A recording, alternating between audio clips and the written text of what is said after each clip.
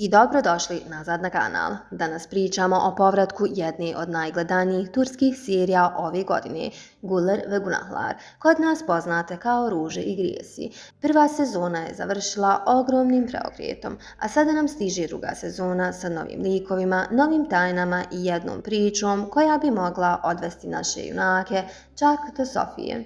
Danas vam donosim sve što se trenutno zna o drugoj sezoni, od zvanično potvrđenih informacija, preko novih likova, pa sve do teorija koje kruže među turskim fanovima. Na kraju ćemo pričati o jednoj kontraverziji sa seta o kojoj se posljednjih dana dosta govori, zato ostanite do kraja. Prije svega da se podsjetimo gdje nas je prva sezona ostavila. Sezona je završila 13. juna, epizodom koja je donijela nekoliko ogromnih preokreta. Na dan vjenčanja Serhata i Zeynep, Ilkim, Hayal i Kader bivaju otete. Serhatov otac stavlja ga pred gotovo nemoguć izbor. Mora birati između svoje djece i Kader. Serhat bira svoje kćerke, ali onda dolazi najveći šok. Otvara se koverta koja je mjesecima skrivala veliku tajnu i saznajemo da je Serhat zapravo Kaderin biološki otac. Cihan saznaje istinu i okreće se protiv Serhata, odnosno staje na stranu svoga oca. A Zeynep, ona ostaje sama u vjenčanici dok njene ruže bukvalno i simbolično venu. I upravo od tog trenutka počinje priča koju ćemo gledati u drugoj sezoni. A sada ono najvažnije, kada se vraća druga sezona.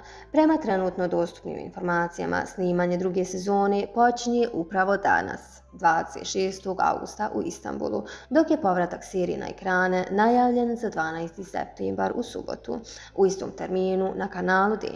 Dakle, čekanje je gotovo. Uskoro ponovo gledamo Serhata, Zeynep, Kader i ostatak ekipi. A jedna od najvećih novosti jeste dolazak novog lika Yusufa Teçera. Yusuf je predstavljen kao Serhatov otac, čovjek koji je prije mnogo godina nestao iz njegovog života.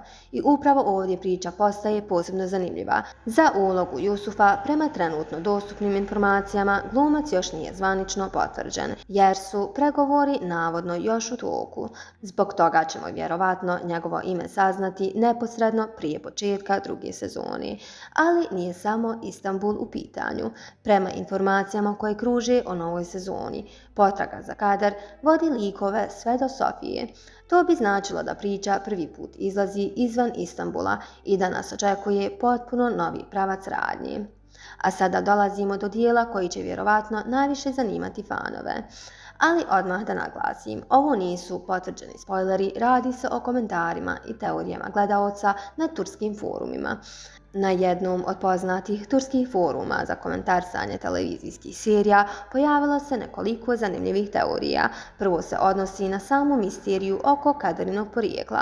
Dio gledaoca smatra da je priča o njenom ocu bila previše razvučena kroz epizode, a neki su čak u šali komentarsali da scenario izgleda kao da ga je napisao ChatGPT. Prije nego što je otkriveno da je Serhat Kaderin biološki otac, među fanovima je kružila teorija da bi otac mogao biti lik po imenu Tibet. Međutim, ta teorija je nakon otkrivanja istine pala u vodu. Ali onda dolazimo do još jednog zanimljivog dijela. Pojedini komentari fanova spominju mogućnost da je Serhatov otac imao aferu sa Berak, odnosno sa snahom. Prvo, ovo je isključivo fan teorija, a ne potvrđena informacija iz serije. Ali ako se Yusuf Teçer zaista vraća u priču kao Serhatov otac, onda se postavlja pitanje šta on zapravo zna. Da li njegov povratak samo objašnjava Serhatovu prošlost ili sa sobom donosi još jednu porodičnu tajnu. Možda upravo to bude jedna od glavnih misterija druge sezone. Tu je i Ilkim. Među fanovima se pojavila teorija da bi njen lik u drugoj sezoni mogao doživjeti veliku promjenu, svojevrsnu duhovnu ili karakternu transformaciju. Međutim, mnogi gledaoci su skeptični. Pitanje je da li će ta promjena zaista biti dio njenog razvoja kao lika ili će poslužiti samo kao način da se dodatno promoviše nova sezona. Za sada nema potvrde. I sada nešto što je možda prošlo ispod radara većine gledaoca. Prema saopštenju sindikata filmskih radnika Sinesen došlo je do problema na setu druge sezone. Sindikat je objavio da su radnici na setu obustavili rad zbog navoda da im nisu bile isplaćene određene naknade. naknade. Prema njihovim navodima, produkcijska kuća tretirala je obustavu rada kao dobrovoljnu ostavku. CNN je takav postupak označio kao kršenje radnih prava i zakona. Važno je naglasiti, ovo nije fan teorija, ali je riječ o navodima i stavu sindikata, pa ćemo morati sačekati dalji razvoj situacije i eventualni odgovore produkcije. U svakom slučaju, ovo je priča koju vrijedi pratiti, posebno sada kada se snimanje druge sezone tek zahuktava. Dakle, da ponovimo ono najvažnije. Druga sezona Guller ve Gunahlar očekuje nas 12. septembra. U priču dolazi Yusuf Tecer, Serhatov otac. Potraga za Kader bi likove odvela sve do Sofije, a pred nama ostaje ogromno pitanje. Šta će se dogoditi između Serhata i Zeynep? Kako će Kader reagovati na istinu o svom ocu? Šta će Džihan uraditi nakon što je sve saznao? I najvažnije, koje još tajne krije Serhatova porodica? A za sada sve osim zvanično potvrđenih informacija treba uzeti sa rezervom. Fan teorije mogu biti zanimljive, ali nisu isto što i spoileri. Ali čim se pojavi prva najava za 33. epizodu, sigurno ćemo imati mnogo više odgovora. Ako želite da prvi saznate kada izađe najava, novi spoiler ili bilo koja potvrđena informacija o drugoj sezoni, pretplatite se na kanal, ostavite like i uključite zvonce.